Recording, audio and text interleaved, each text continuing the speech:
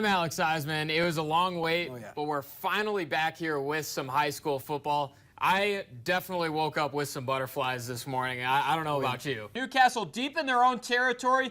Dane Crabtree taking it himself. Gets loose to the outside, breaking tackles, Tonka trucking, and he has nothing but green grass ahead. A 76-yard house call. It's a 3-2 ball game. Big momentum boost for the D-backs. Could the Rockies answer? Ezekiel Tovar says absolutely. Pummels this baseball to the deepest part of the outfield and parks it in the first row of seats. I'm here at Risky Field. We're just a few minutes away from a really phenomenal matchup to get things started this season.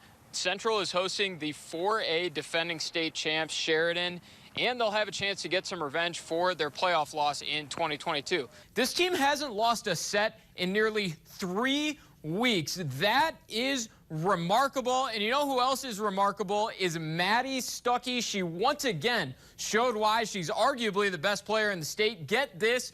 33 assists. No one else on the team had more than 5. The reigning Gatorade Player of the Year also led the way with 3 blocks while adding 9 digs and 7 kills. Few, if any, players on the Cowboys team will have as many eyes on them as junior linebacker Easton Gibbs. Just a few weeks ago, he was named Mountain West Preseason Defensive Player of the Year, but he's unfazed by the hype surrounding him. Central continued to work their magic offensively. Izzy Kelly, high and deep to right field. It does stay in the yard, but she is cooking on the base path, making her way to third base. No problem. She rounds it, thinks about it, and says, yeah, I want it all. A stand-up inside the park home run for Central. Fresno State and Arizona State. I am really intrigued to see how the Bulldogs play on the road again. They beat Purdue, also on the road, and Arizona State's kind of struggled this year. So I think I'm going to take Fresno again. Kind of see it all put together for a great senior year in all sports, really. And so now I want to get into the football season specifically. You became the East receiving king. If I told you that when you're coming in as a freshman, what would you say? Cam Hayes finds David Hondo here on the score, and that's just the start of a sensational evening for number 1. Hondo on the punt return, hitting the burners down the sideline until there's nothing but green grass ahead of him. 2 possessions, 2 trips to pay dirt. While CFD dominated last week's sports scene in the capital city, the Sixers were dominating the state tournament in Jackson. For the 4th year in a row, the Wyoming AA Legion baseball season ended with Post 6 winning a state championship. The competition was certainly heating up this afternoon. The margins between those advancing and not advancing to the semifinals were razor thin, and it kept everyone on the edge of their seat during the 4th progressive round. To kick things off, Bill Tudor delivered a lesson in bareback riding. He led the way with an 85. Martha Angeloni may have put on the performance of the day in the following event, a 3.5-second try during breakaway roping. The second half is where things got spicy. East on the attack, Haley Pearson working. She shoots, saved by the Central keeper, but Amalia Morolon is there to clean up the rebound. That hard work has culminated in the gym once again qualifying every athlete on the team for the Wyoming State Championships. All 53 gymnasts will make the trip to Sheridan this weekend to compete in the event. Coulter McAnally is right behind him in the lineup, and I think the Sixers might have found their rhythm. C-Mac sticks on first, and Romero scores to make it a 3-2 ball game. The Sixers might be renaming themselves to the Beatles because the hits just keep on coming. I know this wasn't necessarily the best performance from Pine Bluffs tonight. We'd seen them kind of run through all their other opponents. But this is what we call a trap game. They were on the road facing Wright, who's played some teams very well this year. And being able to find a way at the very end. You go down late in the game, you're down 20-14, and on the last drive, you score a touchdown. Great teams find a way, my friend. They dialed in. Pine Bluffs, helmet sticker for you. What more is there to say about Sydney Morrell? The last couple years, she's had a complete stranglehold on distance running in the state and fittingly capped off her high school career with 3 more individual championships and a team title. You are now one of the most decorated athletes in Central's history. What do you hope that your legacy will be as an athlete there? He ends up safe into second, and this has just gotten ugly. The onslaught didn't stop there, 6th inning, and we get the slow-mo view of Rodolfo Castro doing bad things to this baseball. Today's performance of the day, though, goes out to 7-time world champion Sage Kimsey a 91.5 in bull riding. He continues to prove his greatness on the big stage. Brendan Bowman staring down a free kick just outside the box, and he converts it top left.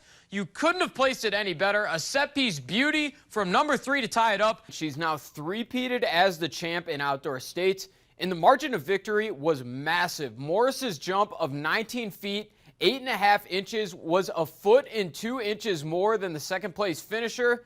Thunder Basin was in the capital city last week as well. They faced East, and they struggled for the most part. It was hard for them to really get anything going offensively, and so you know they'll be looking to make a statement tonight. Some stats to keep an eye on here. Central has been the most productive rushing team in 4A so far with 256 yards per game, and that attack is spearheaded by running back Mason Counter. The senior is second in the class with 375 yards on the ground at an 8.0 clip per carry. Hayes dropping back with Nathan Mirich cutting across the middle, makes the defenders trip over each other, clears a lane to pay dirt. He's in. Impressive shiftiness there. Still the first quarter. Hayes calls his own number in the red zone. Lowers the shoulder to cross the goal line. If you're counting, that's 3 for the QB. Number 4 goes back to his all-state wideout. One man on first and top of the first. Jamer Candelario hits a deep drive to left field. Jerkson Profar backs up to the warning track. The wall leaps and saves the home run. Win it with that group of guys and great coaches as well was pretty awesome. And all-state and 4A Player of the Year, that's got to be pretty cool too, right? Yeah, that was pretty sweet. Just a little cherry on top for sure. But there is one more worth talking about, right, Alex? Yeah, Air Force has an FBS opponent, and on the road when they go to Sam Houston State, who's in their first season at the level. They've been dominant at FCS, so it'll be interesting to see how they fare against a team with as complex of an offense as Air Force. That's all the time we have for tonight. Be sure to stick around for one last look at weather after the break. Rest up, Wyoming. We'll catch you tomorrow. The Texas Tech Red Raiders became the first Power 5 team to play a game in Laramie since 2019. The last, the University of Missouri, who returned to Columbia 0-1 on their season after a Wyoming comeback victory. Ultimately, Tech would go on to suffer the same fate. The win was by no means easy for the Cowboys, and now we get to see the game through the team's eyes. Going to be an explosion from the state of Wyoming, and they were excited for us to see what we can do and who we are as the 2023 Cowboys. So to see all those fans from all over the state come out and support, I think you know, that was definitely an edge for us in that game. All summer, you know, we talked about opening with Tech. They've got a really high-powered offense and throw the ball around a lot, but got a good running back too. So we knew that we all had to be firing on all cylinders for that game. It's hard to describe the feeling in Laramie after their season opener. The night would go on to earn a spot in many Wyoming fans' hearts, but it didn't start as magically as it ended. We did not start fast. Every checkpoint that I did talk about in the pregame meal of things that we're going to need to do, I was like, did these guys even listen? And so, you know, there was certainly an amount of frustration, but the players worked through those mistakes, and then good things started to happen. John Hoyland stopped the bleeding there with that crazy field goal. So I think that was kind of the spark, and then the defense, you know, started getting some really big stops, and then we went on a couple long drives and started converting. But you know, it all started with John Hoyland's, 56-yard field goal. Hoyland's career-long field goal was the match, and the gasoline to reignite the team was Rook Brown's pick on the very next drive. Got to the top of the route, and we'd seen it on film, but something that we ran in practice, and Coach Savell told us the route tree. That's a route they like to run, called a K route. And right at the top of the route, I kind of had a hunch it was coming, so got a good speed turn at the top. That led to an Andrew Peasley touchdown to Caleb Driscoll and just a 7-point halftime deficit. However, in those first 30 minutes, Peasley had taken some big hits and was struggling with the pain. Despite that, the QB knew there was no chance he wouldn't play. I was hurting. Coach Bull asked me how I was at halftime, and I just said my body hurt. He said, "Can you run?" And I said, yeah.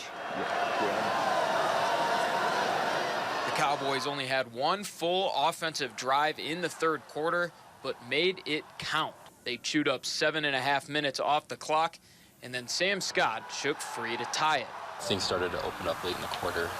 They started to get a little tired, and we started to punch them in the mouth a little bit. So, like that play, the touchdown, and then the 2-point, just green grass from our line. Being able to push things out and get me up the middle was amazing. Both teams traded fourth-quarter field goals to send it to overtime as the Wyoming defense put on a masterful performance. The unit allowed just those 3 second-half points.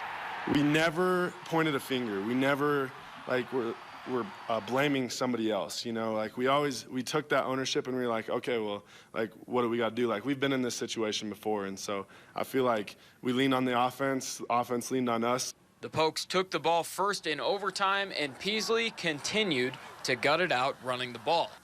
Ultimately, he found the end zone. Man, he showed a lot of heart. Man, I'm super proud of him. That's why he's our quarterback. He did his job. He did what he needed to do, and I'm just super proud of him. However, the battle was far from over. Texas Tech responded with a touchdown of their own and a touchdown to open the second overtime period. A missed 2-point left Wyoming an opening, but the game hung in the balance on 4th and 7. Based on our protection rule and the play call, I knew exactly where I was going with the ball. I actually, we called that play before, and I was a little late to John Mike. I think would have been a touchdown too, and so I kind of just had an idea of what they were going to do because they've been doing it all game, and they brought the pressure, and I found my replacement, which was J. Mike. So. To be able to put it in for the 2-point conversion was a dream come true. That was a surreal feeling. Crossing that goal line chills all over my body. Oh, it was electric. I'm getting chills right now thinking about it, but I don't know. Your first instinct, you just want to run somewhere, hug your teammates, and then the fans are piling onto the field. That was pretty cool to get to celebrate with the fans.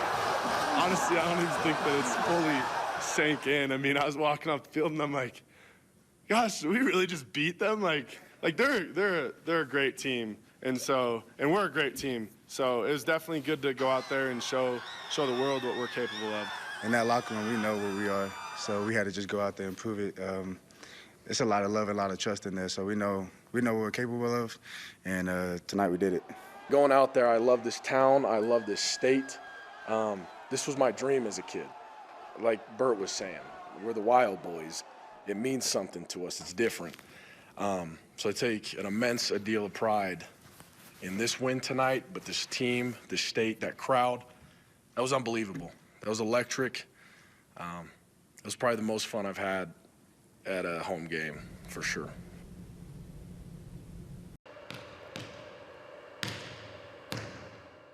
$4,860 miles.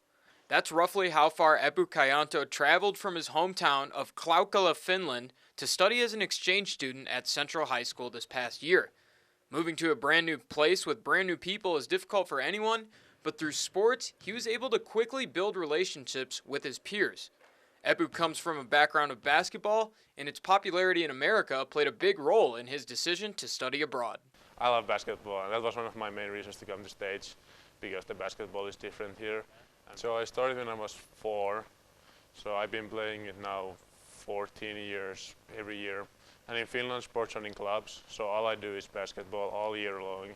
Eppu arrived in Cheyenne last August, so he would have had to wait about 4 months until the season if he was solely focused on the hardwood.